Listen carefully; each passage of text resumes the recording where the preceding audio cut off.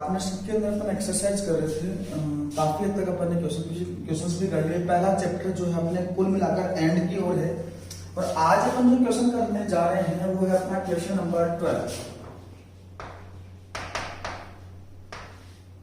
I think 2 या 3 class और होगी इस चैप्टर से संबंधित, उसके बाद में ये चैप्टर अपना कंप्लीट हो जाएगा। अगर इस चैप्टर से संबंधित कोई भी क्वेरी है, कोई भी बात समझ में नहीं आ रही है तो आप चैट के माध्यम से या कॉल करके मेरे से पूछ सकते हैं, है ना। हाँ जी, क्वेश्चन नंबर 12 कहता है पी क्यू आर एक फर्म में साझेदार है, 3 साझेदार हैं भाई, 3 पार्टनर हैं पी क्यू और आर। 31 मार्च 2017 को उनके पूंजी खाते क्रम से है 90,000, 45,000 और 45,000 के थे। अंडरलाइन करो डेट को 31 मार्च 2017, 31 मार्च 2017।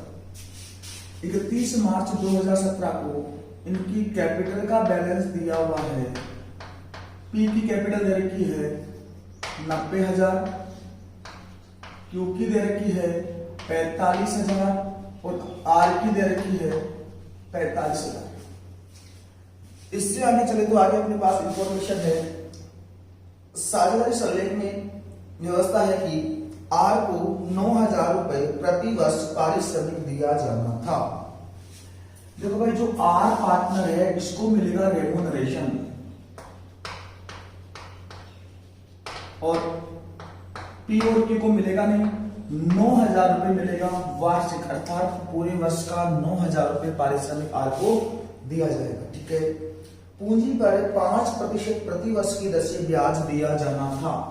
इंटरेस्ट ऑन कैपिटल के बारे में अपने पास इंफॉर्मेशन है कि इंटरेस्ट ऑन कैपिटल देना है अपने को 5% पर एनम की दर से। ठीक है, आगे अपने पास इंफॉर्मेशन है लाभों को 2:1 के अनुपात में बांटा जाना था।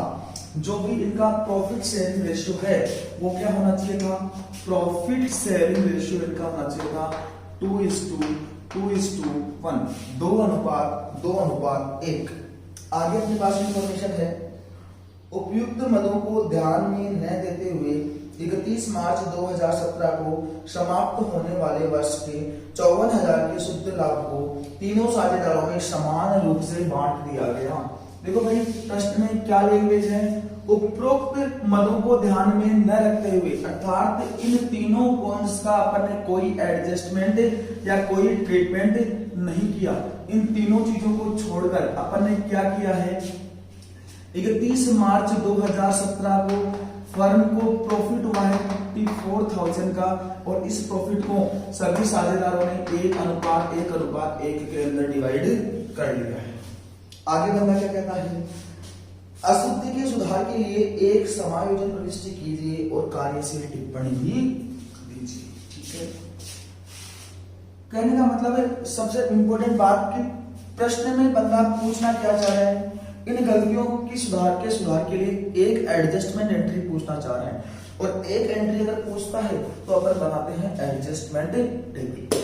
अब देखो, प्रश्न के ऊपर दोबारा जाते हैं, अपन क्या बोलता है, 3 पार्टनर हैं पी क्यू और आर। ठीक है, 31 मार्च 2017 अर्थात ये जो दिन है वो लेखांकन वर्ष का अंतिम दिन है और 31 मार्च 2017 को इनकी कैपिटल दी हुई है 90,000, 45,000 और 45,000 का। तो ये जो कैपिटल का अपना बैलेंस है वो क्लोजिंग बैलेंस है। अब दूसरी बात, बंदा कहता है कि पार्टनरशिप डीड में लिखा हुआ है कि आर को 9,000 रुपए वार्षिक पारिश्रमिक मिलेगा। दूसरी बात, सभी साझेदारों को उनकी पूंजी पर 5% वार्षिक दर से ब्याज दिया जाएगा। तीसरी बात, प्रॉफिट शेयरिंग रेशियो जो है वो होगा इनका 2:1, 2:1। इन तीनों मदों को ध्यान में न रखते हुए 31 मार्च 2017 को प्रॉफिट हो, इनको प्रॉफिट हुआ 54,000 का और इस प्रॉफिट को इन्होंने 1:1 के अंदर डिवाइड कर लिया। अब देखो भाई, अपने को यहाँ पर इंटरेस्ट ऑन कैपिटल निकालना है, पूंजी पर ब्याज की गणना करनी है और पूंजी पर ब्याज की जब भी गणना करते हैं तो अपने को ओपनिंग कैपिटल की रिक्वायरमेंट पड़ती है। लेकिन प्रश्न में अपने पास जो कैपिटल है वो कौन सी कैपिटल है, क्लोजिंग कैपिटल है, अर्थात वर्ष के अंत की पूंजी दी हुई है। अब सबसे पहले अपने को वर्किंग नोट बनाकर ओपनिंग कैपिटल कैलकुलेट करना पड़ेगा। कैसे भाई, देखो भाई ये जो कैपिटल है, इस कैपिटल में ना तो अपन ने रेम्यूनरेशन का कोई एडजस्टमेंट नहीं किया, अर्थात ये 9,000 का रेम्यूनरेशन पार्टनर्स कैपिटल अकाउंट में नहीं गया, ना ही पूंजी पर ब्याज गया, और ना ही इनका लाभ 2:1 में गया। अर्थात इन तीनों पॉइंट्स की तो अपने कोई टेंशन वाली बात है ही नहीं।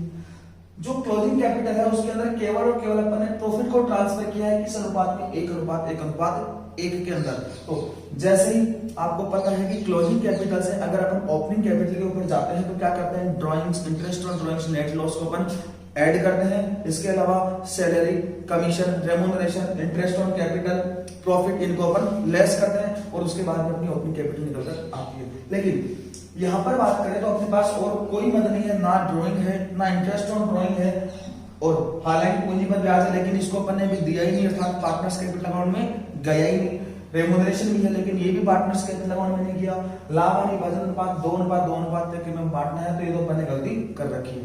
तो ओपनिंग कैपिटल जैसे जब अपन कैलकुलेट करेंगे तो करेंगे क्या, क्लोजिंग कैपिटल में से क्या करेंगे, जो लाभ इनके खाते में 54,000 का लाभ 1:1 में गया हुआ है, इस लाभ को अपन लेस कर देंगे, अपने पास ऑटोमेटिक ओपनिंग कैपिटल निकल कर आ जाएगी। ओपनिंग कैपिटल की कैलकुलेशन कर क्यों रहे हैं अपन, ताकि इंटरेस्ट ऑन कैपिटल की कैलकुलेशन अपन आसानी से कर सके, क्योंकि पूंजी में ब्याज किस शेष के ऊपर दिया जाता है, प्रारंभिक शेष के ऊपर दिया जाता है। बात समझ आ रही है? तो सबसे पहला हम वर्किंग नोट बनाते हैं, calculation of opening capital.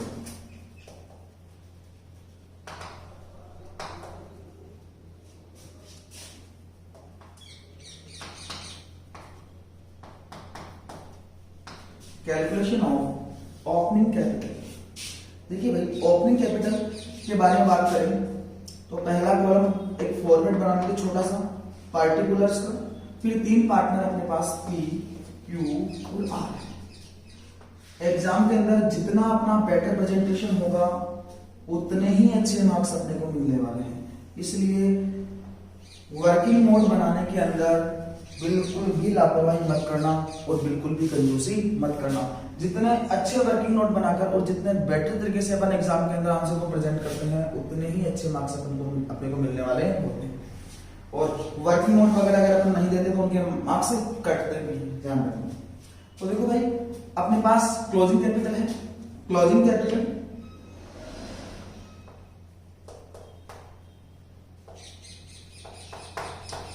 P की दर की है 90,000, Q की 45,000 और R की 45,000। यहां तक की बात ठीक है। इससे आगे चले तो अब करना क्या आपने को, इनके खाते में गया क्या है, केवल 54,000 के प्रॉफिट को अपन 1:1 इनके खाते में ट्रांसफर किया है, वापस इसको लेस करो, लेस नेट प्रॉफिट किस अनुपात में गया था, 54,000, इनके खाते में गया 1:1 1:1 के रेशियो में। इसका मतलब P को मिला होगा 18,000, R को मिला होगा 18,000, सॉरी Q को मिला होगा 18,000 और R को मिला होगा 18,000। इसी के साथ कितना एडजस्टमेंट है, और ऐसा करते ही अपने पास क्या आ जाएगा, ओपनिंग कैपिटल, और वो कितनी आ जाएगी, 72,000, 27,000 और 27,000। आई थिंक यहां तक की बात समझ में आई होगी। ये ओपनिंग कैपिटल क्यों कैलकुलेट की है, इंटरेस्ट ऑन कैपिटल निकालने के लिए। अब कैलकुलेशन करते हैं इंटरेस्ट ऑन कैपिटल की, working note number 2, calculation of interest on capital, calculation of interest on capital. देखिए भाई, इंटरेस्ट ऑन कैपिटल के बारे में अगर अपन बात करें तो अपने पास ओपनिंग कैपिटल की जरूरत होती है। ओपनिंग कैपिटल अपने पास है, इंटरेस्ट की रेट दर के अपने को 5% सीधा अपन ब्याज कैलकुलेट कर सकते हैं। पहले इंटरेस्ट निकालने का फॉर्मूला क्या होता है वो देखते हैं। Interest is equals to capital multiplied by rate of interest upon 100 multiplied by time upon 12। यही फॉर्मूला सीखा था अपन। अब बात करते हैं P की कैपिटल पर इंटरेस्ट। P की कैपिटल कितनी ओपनिंग 72,000, रेट कितनी दे रखी है 5%, 5/100। समय कितना आएगा, पूरे 12 महीने का कैलकुलेट करना है, 12/12 ना लिखो तो भी चलेगा। 2 जीरो से 2 जीरो 0 5 2 10 1 7 5 35 और 1 36 3600। उसके बाद में बात करते हैं अपन क्यू के बारे में बात करें तो इसकी कैपिटल है 27,000, रेट ऑफ इंटरेस्ट 5% और 12/12 लिखने की आवश्यकता है। 2 जीरो से 2 जीरो करते हैं 0 7 5 35 हासिल 3 5 2 10 और 3 13,50। जो इंटरेस्ट क्यू का आएगा वही किसका आएगा, आर का, क्योंकि कैपिटल क्या है 27,000 multiplied by 5/100 is equals to 1350। यहां तक की बात समझ में आ रही होगी। अपन ने किया क्या है, अभी तक अपन ने केवल ओपनिंग कैपिटल कैलकुलेट की है और जो कैपिटल आई है उसके ऊपर अपन ने इंटरेस्ट की गणना की है। लेकिन अपने को एक एडजस्टमेंट एंट्री निकालनी है और एक एडजस्टमेंट एंट्री निकालने के लिए अपने को बनानी पड़ेगी एडजस्टमेंट टेबल। एडजस्टमेंट टेबल के लिए मैंने जो वर्किंग नोट नंबर 2 बनाया इसके ऊपर रफ कर रहा हूँ। इंटरेस्ट का ध्यान रखना, 3600 1350 1350 लिख लेते हैं। 3600 1350 और 1350, ठीक है भाई। अब बनाते हैं अपन एडजस्टमेंट टेबल।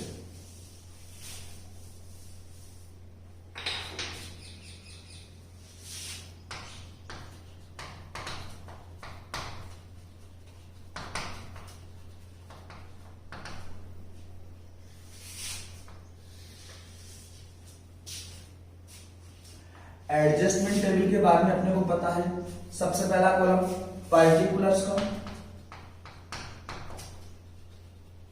उसके बाद में जितने पार्टनर उतने कॉलम, पार्टनर कितने अपने पास थे पी क्यू आर, और लास्ट कॉलम फर्म का, और इन सब का डेबिट क्रेडिट, पी की B R side C R, P का डेबिट क्यू का डेबिट सी आर का डेबिट आर का सी आर, फर्म का डेबिट और फर्म का सी आर।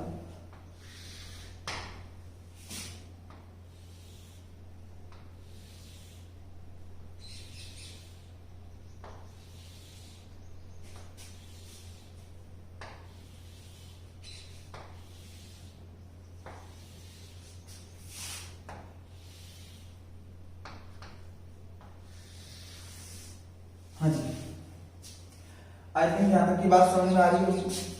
अपन ने कुछ नहीं किया, केवल टेबल का फॉर्मेट ड्रॉ किया है। अब देखो भाई सबसे इंपॉर्टेंट बात, अपन ने किया क्या, वर्ष के अंत में अपने को प्रॉफिट हुआ 54,000 का, जिसको 1:1 में अर्थात 1:1 में पार्टनर्स कैपिटल अकाउंट में अपन ने ट्रांसफर किया था, जो क्या था गलत, क्योंकि इनका एक्चुअल प्रॉफिट शेयरिंग रेशियो क्या है 2:1। ये अपन ने गलती की है, अर्थात 54,000 का जो प्रॉफिट हुआ 1:1 में, अर्थात तीनों पार्टनर से खाते में 18,000 और 18,000 जो गया था वो क्या था, गलत था। क्यों, क्योंकि जाना किस अनुपात में चाहिए था, 2:2:1 में जाना चाहिए था, गलत गया है, वापस ले लेते हैं। जब पार्टनर्स को मिला था तब इनका कैपिटल अकाउंट अपन ने क्रेडिट किया होगा, वापस लेंगे, पार्टनर्स का खाता डेबिट हो जाएगा, पैसा आएगा किसके पास, फर्म के पास, फर्म इस अमाउंट से क्या हो जाएगी, सीआर हो जाएगी। तो सबसे पहले wrong profit debited,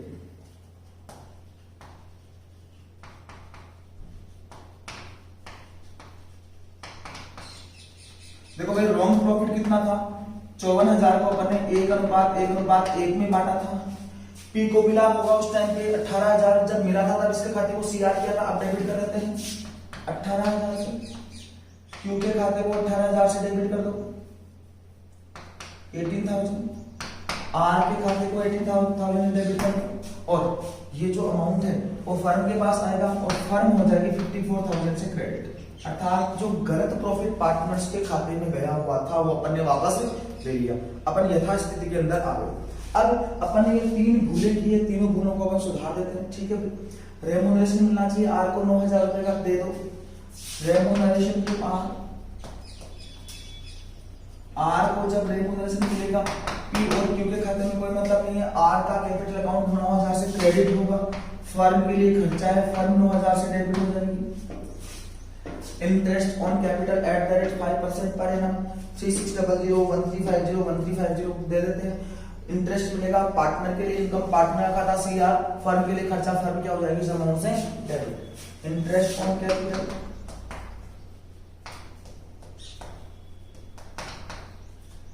interest on capital के बारे में बात करें 3600 1350 और 1350 टोटल करते हैं 2700 रुपए हो गए, 3600 2700 6 13 6300। ठीक है भाई। देखिए भाई ये काम, ये दोनों पॉइंट करने से पहले फर्म का प्रॉफिट कितना था, 54,000। बात समझ आ रही? अर्थात फर्म का नेट प्रॉफिट था 54,000, जिसको 1:1:1 में पार्टनर्स कैपिटल अकाउंट में ट्रांसफर किया गया था, जो क्या था, गलत था। उस गलत प्रॉफिट को मैंने वापस ले लिया और फर्म का प्रॉफिट वापस 54,000 एज इट इज आ गया। थोड़ा सा दिमाग लगाओ, यदि आर को रेम्यूनरेशन और इंटरेस्ट ऑन कैपिटल देते तो क्या अपना प्रॉफिट 54,000 का रहता, क्या नहीं रहता। ठीक है, 54,000 का प्रॉफिट फर्म के पास आ गया, ये खर्चा है इंटरेस्ट ऑन कैपिटल का और रेम्यूनरेशन का, ये देना था लेकिन नहीं दिया। ये देने के बाद अपना जो नेट प्रॉफिट है वो क्या हो जाएगा, कम। और जो भी प्रॉफिट बचेगा उस प्रॉफिट को एक्चुअल में किस अनुपात में बांटना अपने को, 2:1 में। अब जो प्रॉफिट बचेगा उस प्रॉफिट को अपने को 2:1 के अंदर बांट देना है। बात समझ आ रही है? 54,000 का प्रॉफिट था, जिसमें 9,000 और 6,300 को ऐड करके घटा देना है। जो पैसा बचेगा उस प्रॉफिट को अपने को 2:1 के अंदर डिवाइड करना है। करते हैं। एक्चुअल प्रॉफिट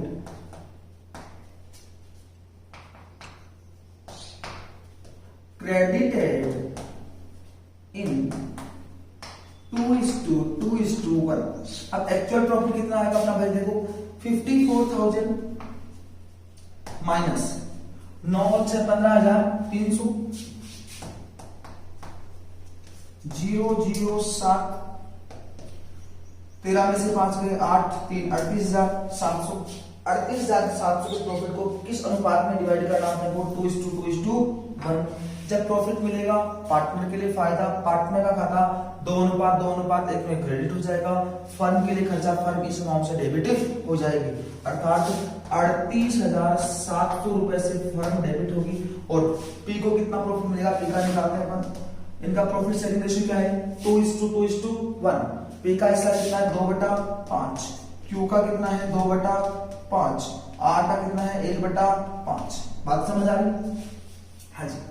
अब करते हैं 38,700 गुणा 38,700 गुणा 38,700 5 7 35 बच गए 3 आया 7 वापस 5 7 35 बच गए 2 0 20 7 7 4 कर दो गुणा 2 से 15,000 7 दूनी 14 15,480 वापस 15,480 और 7 7 4। ये इंटरेस्ट है, सॉरी ये प्रॉफिट इनके खाते में क्रेडिट किया जाएगा। करते हैं। Actual profit credited in 2:1। P को कितना मिलेगा, 15,480 और 15,480 से ए का खाता सीआर हो जाएगा, पी का खाता सीआर हो जाएगा। क्यू को मिलेगा 15,480 और 15,480 से क्यू का खाता सीआर हो जाएगा। आर को मिलेगा 7740 और 7740 से क्यू का आर का खाता सीआर हो जाएगा। यहां तक की बात समझ आ रही है? सारे काम हो गए। अब क्या करना आपने को, 3 गलतियां थी, तीनों गलतियों को अपन ने क्या कर लिया, सुधार लिया। पहली गलती 9,000 का रेम्यूनरेशन नहीं दिया, दे दिया। इंटरेस्ट ऑन कैपिटल नहीं दिया था अपन ने, अब दे दिया। लाभों को 2:1 में बांटना था अपन ने, बांट दिया। अब लगाते हैं अपन एडजस्टमेंट टेबल को, करते हैं बंद। जब भी अपन एडजस्टमेंट टेबल को बंद करते हैं तो सबसे इंपॉर्टेंट चीज अपन क्या देखते हैं कि फर्म का जो टोटल है वो दोनों पक्षों से सेम हुआ है या नहीं हुआ है। देखिए फर्म का टोटल मिल रहा है कि नहीं मिल रहा, बिल्कुल मिल रहा है, क्योंकि ये जो नेट प्रॉफिट अपन ने बांटा वो डिफरेंस से तो बांटा, इजीली मिलेगा, कोई दिक्कत वाली बात ही नहीं है। 54,000 और फर्म का टोटल मिल गया तो कोई दिक्कत वाली बात है नहीं। अब पी की डेबिट साइड का टोटल 18,000, आर की सीआर साइड, सॉरी पी की सीआर साइड देखो 80 रुपए, 6 और 4 10, 5 और 3 8 और 1 9 और 1 का 1 ही 1 19,080 रुपए। ठीक है, 1 मिनट 19,080 रुपीज। क्यू को देखिए डेबिट साइड बोल रही है 18,000 से, सी आर साइड को देखें तो 0, 8 और 5 13, हासिल 1, 3 और 4 7 और 1 8, 5 और 1 6 और 1 7, 1 17,830। उसके बाद में इधर देखें आर को 18,000 और इधर कितना आ रहा है 0, 5 और 4 9, 7 और 3 10, 7 और 1 8 और यहां से 1 9 9 9 18,090 रुपए। तो टोटल आ गया अपने पास। अब डिफरेंस निकालते हैं। फर्म के अंदर तो कोई डिफरेंस है नहीं। पी को देखो, डेबिट साइड कितने से बोल रही है 18,000 से, सीआर साइड कितने से बोल रही है 19,080 से। कमी किस साइड, डेबिट साइड कितने रुपए की 1,080 रुपए की है।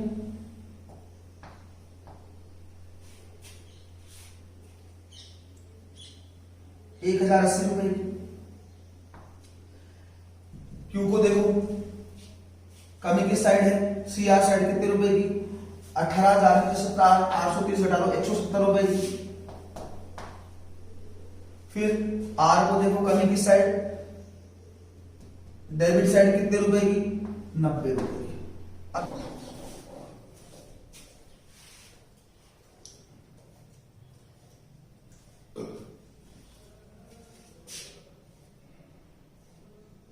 देखिए भाई अपन ने यहां पर मिस्टेक कर दी है।